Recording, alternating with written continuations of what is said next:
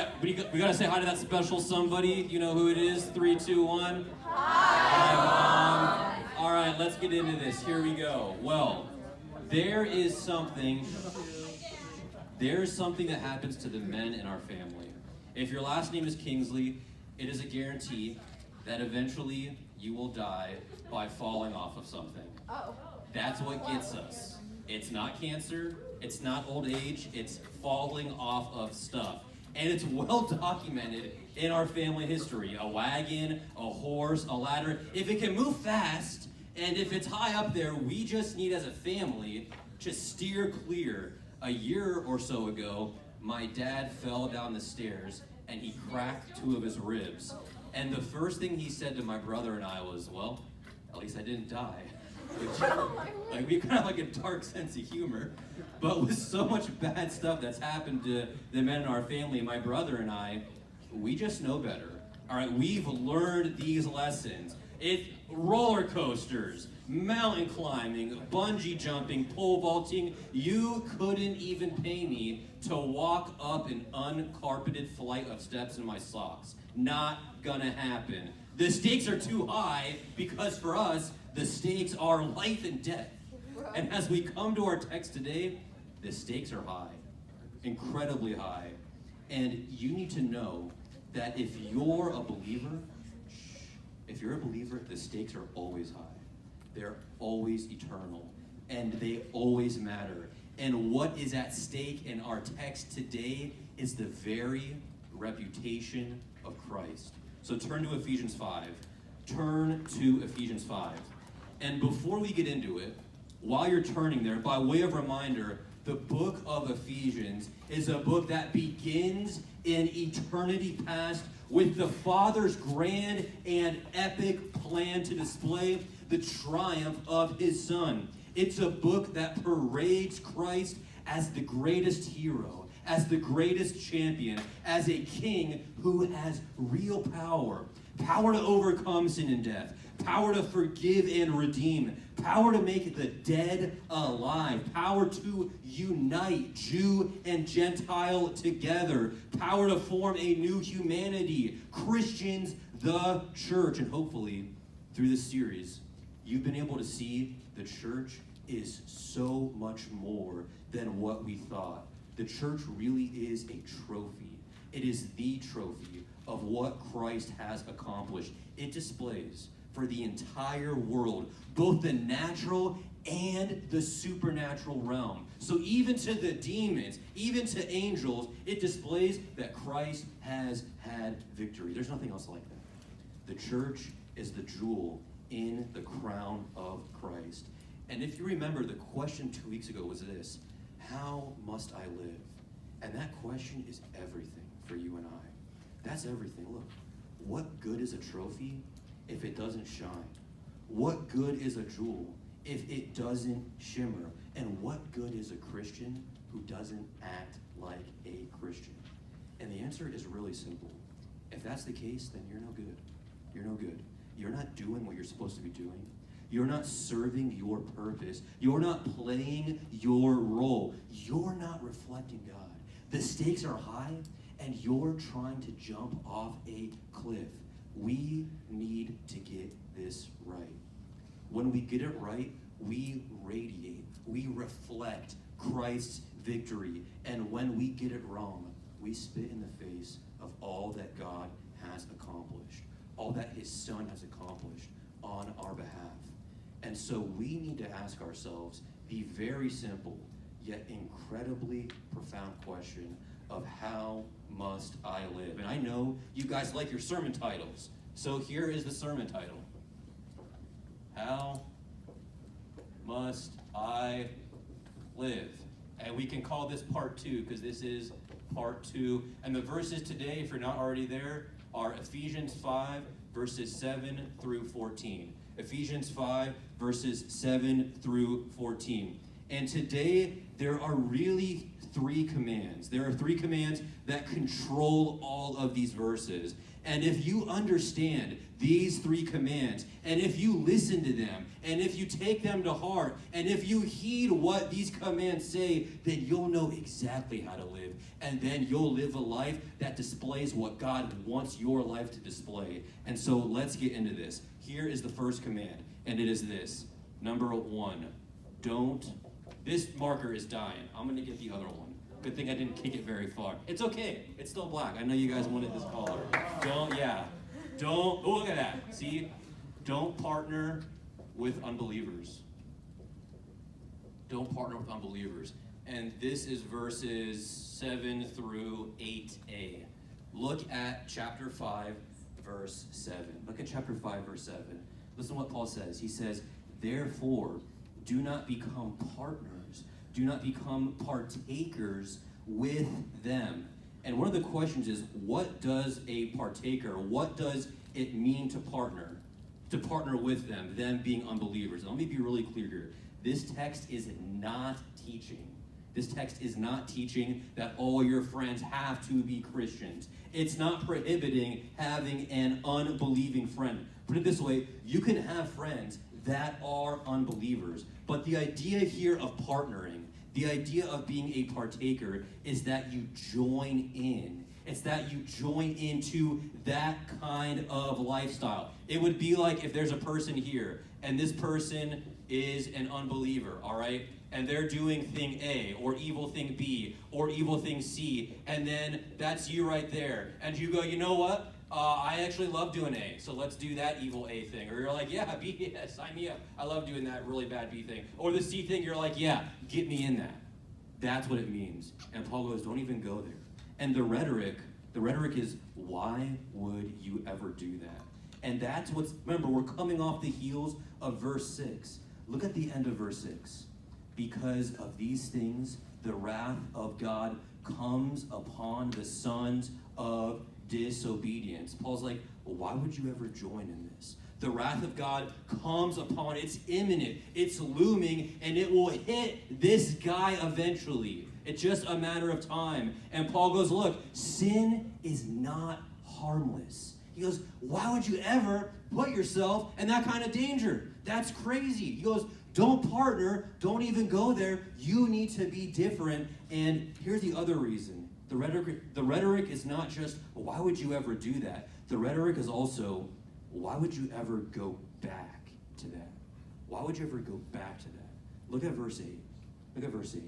He says, for you were formerly darkness, but now you are light in the Lord. You were formerly darkness, or you were at one time or something like that, darkness, but now you are light in the Lord. Darkness, whenever Paul uses this word, he's talking about the realm. He's talking about the power of sin, the power and the realm of wickedness, or the power and the realm of evil. And something really important here, notice, and this is kind of nerdy, but you got to get this. Notice Paul does not say, for you were formerly what? In. He says you were formerly, or you were at one time, darkness. That's a very big difference. That's a very big difference. He says you were that. You were that. And you were in it, of course, but whenever he says you were that, he's saying that at one time, at one point, that you used to be the embodiment of that kind of sin. That you used to be the embodiment of that kind of wickedness and that kind of evil. He goes, that used to be your identity. That's what he's getting at. That those things used to be woven into the very fabric of who you were, but now you are what? But now you are light. And notice, he doesn't say, but now you are in light. He says, but now you are light. Namely, that your identity has changed so drastically, so dramatically as a believer, that you are now literally the opposite of who you used to be. That you were once darkness. And what's the most opposite thing from darkness? Paul goes, light. He goes, now sin, evil, and wickedness, those things cannot be, should not be, and must not be woven in the fabric of who you were. But now things like goodness now things like righteousness, now things like truth, those things must be woven in the fabric of who you are, because you are not darkness, but you are light. And you are specifically light in who? You are light in the Lord. Really powerful. Paul's going, you want to know who you're tethered to? Not that former life. Now you're tethered to the Lord. Now you are bound up. Now you are immersed in all that he is, all that he's done. That is who you must be tethered to. The Lord is now your master. The Lord's now your master. That's the idea of the word Lord. That's the one that you bend the knee to. That's the one that you serve. And that you would never go back to this kind of lifestyle, because you're something different. You are something new. You are a new creation. And let me just get super, super applicational here. And let me ask you this question. And this is a question for you. Really sit down, really wrestle with this. Which of your friends influence you the most? Write that down and really think about that. Which of my friends influence me the most? Okay? Put it this way. Do my non-Christian friends, do those people influence me to drift away from Christ? How do I even act with my non-Christian friends? Okay? Am I partnering with unbelievers? Okay? Really, are you joining in with that kind of lifestyle? And let me just say some words, and they're going to be harsh, but they're coming from love. Some of you have no backbone, period. Right? You'll be hanging out with a non-Christian friend, and then they'll say something terrible, and then you'll kind of nod your head and just agree with them. Or they'll want to do something or watch something that you know you should not be a partaker in, and then you just thumbs up and you go, okay, great. You just partnered with an unbeliever. You just lived how you used to live. You're not living as if you are light. You're living as if you are darkness. Some of you are more scared of losing a friend than shaming the reputation of Christ. Where's the boldness? Where's the courage? Listen, if you're not influencing them, then they are influencing you. Paul says you are formerly darkness, but now as a Christian, you are light in the Lord. And that needs to mean something. And that doesn't just need to mean something, that demands something. That demands that you flip the switch on, and that you're someone different than who you used to be. For some of you, you need to put certain friendships on pause. You're hurting yourself by actually putting yourself in that type of situation. Look, if you're sitting here and you're saying to yourself, you know what, honestly, I know that I'm not the one that's influencing my non-Christian friends. I'm getting tossed back and forth. I mean, things are great at winter camp, and I'm with my Christian friends, and I feel close to the Lord, but then I spend all this time with my non-Christian friends, and they influence me in all the wrong ways, and I feel far away from the Lord. Then you need to put those friendships on pause. Those are the toxic kinds of friendships where you're actually offending the very reputation of Jesus Christ. Make your closest friends those who love Christ. Make your closest friends those who love Christ. And when you're more worried over shaming Christ, when you're more worried over disgracing Christ than losing a friend, then you're ready to be a friend. Then you're ready to be the light to your friends who live in darkness. Okay? And so that is the first thing. That's the first thing. Do not partner with unbelievers. Second thing is this. Walk as children of light. Walk as children of light. And this is really verses 8, you'd say 8b, or the end of 8 to verses 10. Walk as children of light. Look at the end of verse 8 and read this with me. For you were formerly darkness, but now you are light in the Lord. Here we go. Walk as children of light. Walk as children of light. You know what this idea of walk is. Paul has used this metaphor all the time. Walking is dealing with the course of your life. It's dealing with your conduct. It's everything that you say, everything that you think, everything that you do. He wraps it all up and says, How do you need as a believer to conduct your entire life? You need to walk as children, first and foremost. You need to walk as children. This idea of children, it strikes home with me because, as you know, I have a little son. And this, let's say that this is me right now. All right, I need to get a haircut, and there's my glasses. I've been wearing my glasses a lot. And here's my little buddy, Miles, okay? And there's just big smiles from Miles. And really, pretty much my whole life now is just thinking about this little guy. I'm trying to work on this sermon, and I'm like, I just want to hang out with Miles. Or I'll be lecturing, and I'm like, and Missy will send me a picture, and I'll go, I'm so sad that I have to, work or whatever. And whenever I get home, the first thing I do, I just push Missy aside.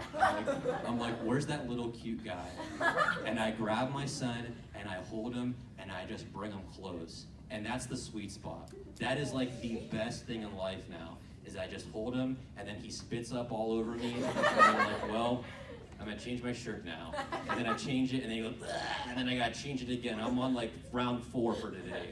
But when you're a child, being a child means that you're close. And that's what Paul is saying here, that you need to live your life as if you need to live your life being close to God, all right? Being close to God, and really, do you believe this? Being close to God is the sweetest place. Being close to God as his child, that's the happiest. It's the most prized place to be. And you need to be convinced that there is nowhere better. And so how must I live? Paul's like, I'll tell you how to live. You need to live in a way where you are so close, where you are wrapped up, and you're like, this is the place for me.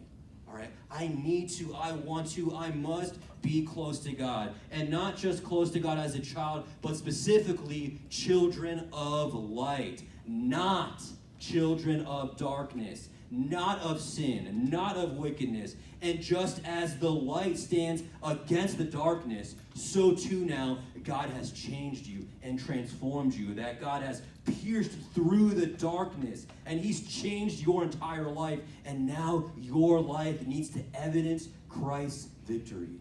Your life needs to evidence that God has done something great, something grand, that he's made you new, that you are a new humanity. That's how you need to walk. That's how you need to live, and that's how you need to be. And so you might say, well, I get that, but help me, show me what it looks like exactly to walk as a child of light. Just give me some examples here. And Paul goes, do you want examples? Great. Here we go. Verse 9, read it with me. For the fruit of the light is found in all goodness and righteousness and truth. You need to ask yourself, what kinds of things does my life produce? What kinds of things does your life produce? Look, if you're saved, then you need to be good to others. Then you need to show goodness to others. That even means your parents. That even means your siblings, who might really annoy you, who know how to press every single button. Look, why should you ever be good to others? Why should your life ever have goodness? Who was good to you first? Christ was. So of course you reciprocate that. There's no other option, all right? Of course you have to do that, all right? If you're saved, then live a righteous life, because believers have been given the Holy Spirit and the righteousness of Christ. So of course your life needs to produce righteousness, because God's given you that, and you have the ability to produce righteousness, and so you live in a way that's upright, a way that's just, a way that honors God. And if you're saved, then you live according to the truth, according to truthfulness. Believers, they've found the truth, they've been given the truth, and so of course you intertwine your life with the truth. And here's the big point for this section. The life of the Christian is not passive. The life of the Christian is not passive. Look, we don't just sit around and just do nothing. Paul's like, you need to take action. You need to get going. You cannot afford, as a professing believer, to waste your life. You need to use it in the right kinds of ways. And you need to use it to reflect goodness. The goodness, the righteousness, and the truth of God. And the truth of God. Okay? Look at verse 10. Look at verse 10. Paul says, trying to learn what is pleasing to the Lord. And here's the point for this next phrase. The point is that it takes real effort, okay? It takes real work, but you need to sit down and you need to evaluate your actions, and you need to ask yourself, do my actions really please the Lord? Does God look at my life, and does God have joy over the kinds of things that come out of my life? Or does God look at my life and go, unbelievable? Okay, and here's the third thing. The third thing is this, and this one is super jarring. I'll explain this in a second. Keep the church holy. Here's the third thing. How must I live? Of course, don't partner with unbelievers. Of course, walk as children of light. And finally, keep the church holy. And this is verses 11 through 14. Keep the church holy. Verses 11 through 14. Let's read these together. Verse 11. Take no part or don't participate in the unfruitful works of darkness, but instead even expose them. For it is shameful to even speak of the things which are done by them in secret. But all things become visible when they are exposed by the light, for everything that becomes visible is light. Here's what's going on here. And here's why these verses are so shocking and so jarring. Because Paul is looking at something that's going on and something that does go on within the church. That you have a professing believer right here, and you have another professing believer right here. And Paul goes, even in the church, even amongst professing believers, there are those who can walk in darkness. Those who walk in darkness. And Paul goes, whenever this is happening in the church, that you have a duty, that you have an absolute obligation to do one thing, and that is expose. And you might go, what does that mean? What are we talking about by expose? Expose has the idea of confronting. It has the idea of that you call out sin for what it is, that you actually call it sin because it is sin, and that you try in love to bring that brother or to bring that sister back into the light. As a Christian, you have a responsibility to come alongside other professing believers and show them that that kind of lifestyle is totally inconsistent, is totally contradictory with having a new identity, because you once were, at one time you were darkness, but now you are light. Wild story. Some of you guys know, sometimes I teach small classes at Masters. So I'll teach a class and there'll be like 15 or 20 people. There are other times when I teach classes that are really big, like 100 or 120 students. And so I was teaching one of the big classes. And here's how the lecture hall kind of works, all right? I'm chilling right here, and here's how the rows work. There's a row here, there's a row here, there's a row here, there's a row here, there's a row here, there's a row here, there's a row here, and there's one more row right there. And so I finish lecturing, and somebody comes up to me. And the person who comes up to me, very disturbed, super upset, and they go, hey, Professor, blah, blah, blah. I saw somebody looking at something on their computer, and it was super disturbing. And he tells me who the student is, and he showed me where the student was sitting, and the student was sitting right here, okay? So this student is looking at and doing really bad stuff on his computer, and he's doing these things at a Christian university. He's doing them in a Bible class, and he's doing them such that this person, this person, this person, this person, this person, this person, this person, this person, these people, they can all see exactly what is going on. And the point is that there are professing believers and people who would even say are Christians, and they can do stuff that's shameful, that they can do stuff that is just so wicked that I can't even say it, I can't even get more specific in the sermon. And man, it is so hard sometimes to pull a person aside and say, hey, I really love you, but you are being such an idiot, that you are being such a bad person, that you are living in a way that just spits in the face of Christ's reputation. It's so hard to do that sometimes, but as a Christian, we've been called to keep the church holy, to keep the church pure because the stakes are so high. Because the church, listen, you need to be convinced that the church means something. You need to be convinced that the church represents something. This is so much more than just a building. And whenever there's something like this going on, all right, even in this youth group, you have a real responsibility in love, and listen, to try to win that person back, to try to win that professing believer back, all right? This isn't talking about you take the Bible and you chuck it out their face and go, wow, you're a failure.